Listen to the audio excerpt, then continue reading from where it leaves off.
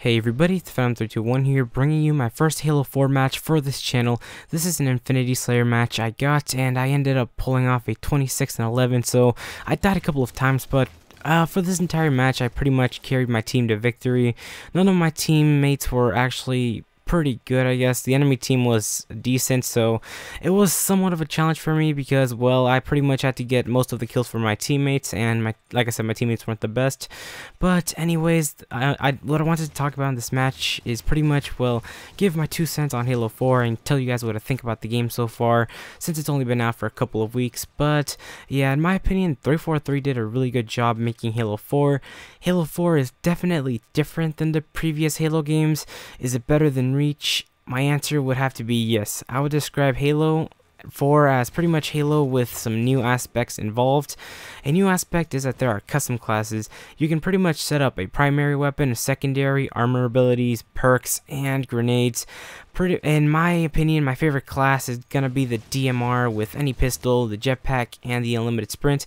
This class was recommended by Tanner the Gamer, and I pretty much decided to try it out, and I found it really useful. And well, pretty much the reason I'm running jetpack, I know a lot of people don't like the jetpack, and I even said it myself in some of my previous Halo Reach videos that I thought the jetpack was pretty useless, but in this game a lot of the armor abilities aren't even that good. I mean, Promethean Vision is kind of useful, but you don't really need it on 44 game types. But in this match, the enemies were using Promethean Vision, as you can see by the bottom of the radars and a couple of points in this video.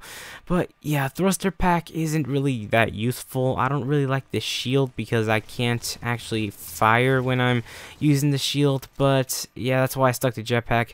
And jetpack with unlimited sprint is really useful because, well, now that you have unlimited sprint and you can jetpack, you can get anywhere on the map really fast. So having those two together is really useful. And if you have unlimited sprint with an energy sword, it can do some work, especially if you have the speed boost ability or the speed boost upgrade from the ordnance drops.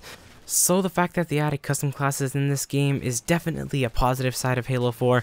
I didn't actually like that in Halo Reach whenever people voted Slayer. I didn't like the fact that I had to use the assault rifle because I don't typically like the assault rifle. So I'm glad that they added the custom classes because I can choose whatever I want. I can run a battle rifle or a DMR, and I don't have to worry about using an assault rifle because I don't really like him and I'm not too good with him in the first place.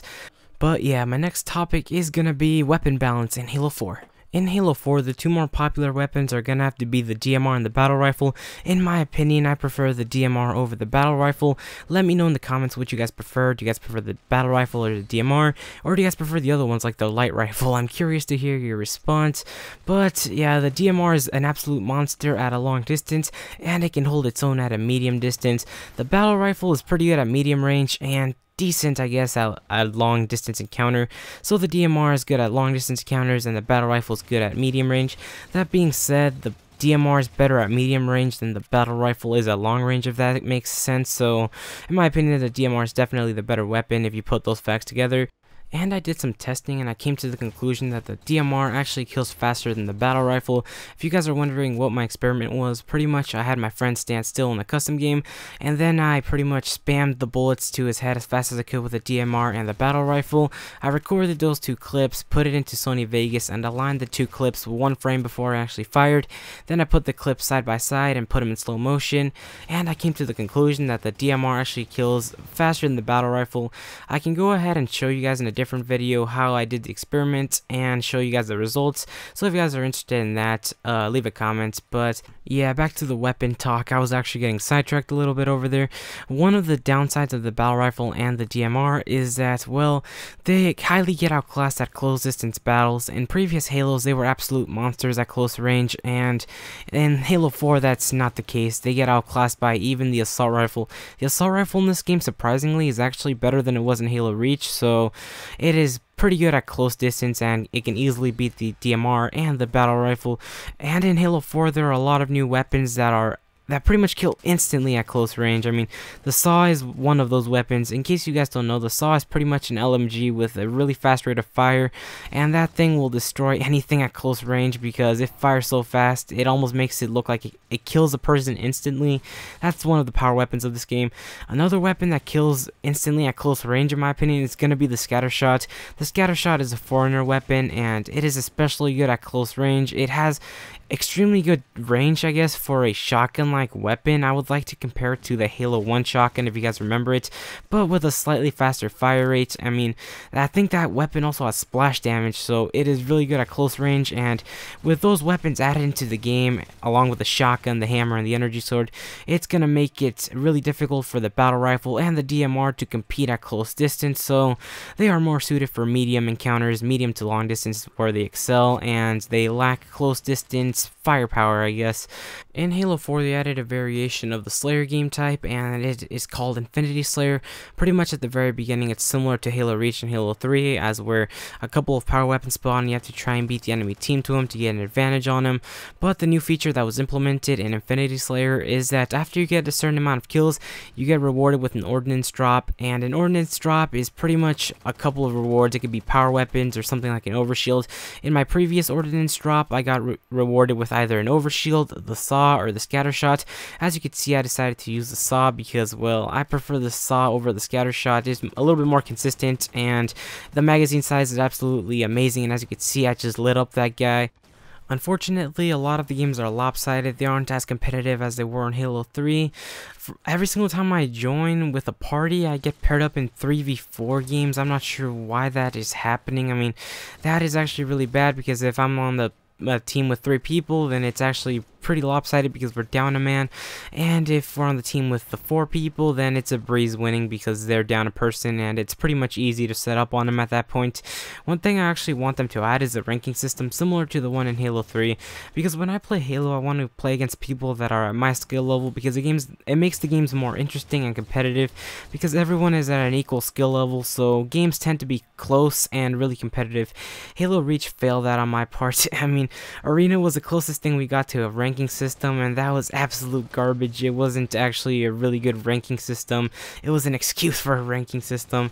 The only competitive game type that was actually available in Halo Reach was MLG, and even that didn't pair you up with people at your own skill level, so I hope they actually do add one in the near future, because there are rumors of a ranking system that is going to be implemented in Halo 4 in January, so if they do add a ranking system, I hope we can see a lot of really close competitive games from the YouTube community, because that would be really fun to watch.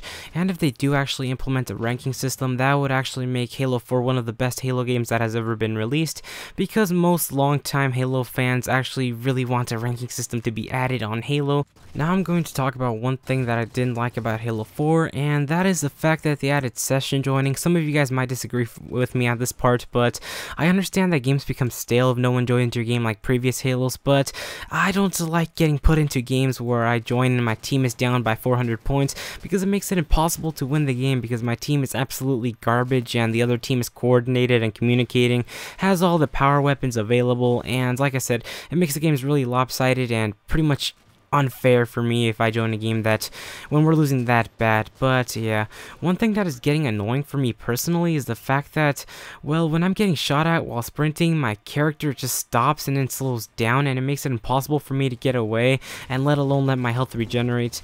I like that in previous Halo games, if I got into a tough gunfight where things weren't going my way, or I got into a 2v1 gunfight, I could just run away, but in this game I can't, because my character starts to slow down and stops, and I get killed before I round the corner. I mean, I just don't like that feature that they added in the game, but maybe you guys do. Let me know what you guys think. So those are my only 2 minor complaints I have with Halo 4. They might change in the future, or they might not. Only time will tell. A while ago I said that I thought it was a stupid idea for 343 to release Halo 4 a week before Call of Duty Black Ops 2, and did that opinion change? My answer is gonna have to be no. My opinion did not change. For the first week, a lot of the people on my friends list were actually playing Halo. We were actually enjoying it. But as soon as that next Tuesday arrived, when Call of Duty Black Ops 2 came out, there was absolutely no people on Halo 4. I believe there were only like 2 people on my entire friends list playing Halo 4, and to this day, not a lot of my friends have gone back to play Halo 4. I actually tried to convince a couple of friends to actually go play it, and they actually did get on Halo 4, but we only played 2 matches, then all of us got off, and the next day we didn't actually play Halo 4, which is kind of unfortunate because I actually do enjoy Halo 4, but not a lot of people on my friends list are actually playing it. Let me know if it's different for you guys. Are more people playing Halo 4 in your friends list than Black Ops? But in the case of my friends list, not a lot of people have gone back to Halo 4.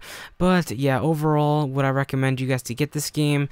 I would definitely say yes. The campaign is also amazing. I didn't want to talk about it too much in this video because I didn't actually want to accidentally say any spoilers, but if you guys are wondering if the campaign is good, yes it is. It's a little bit on the short side, but it's definitely a really interesting campaign. Anyways guys, that's going to be the end of the match, and until next time, have a nice day.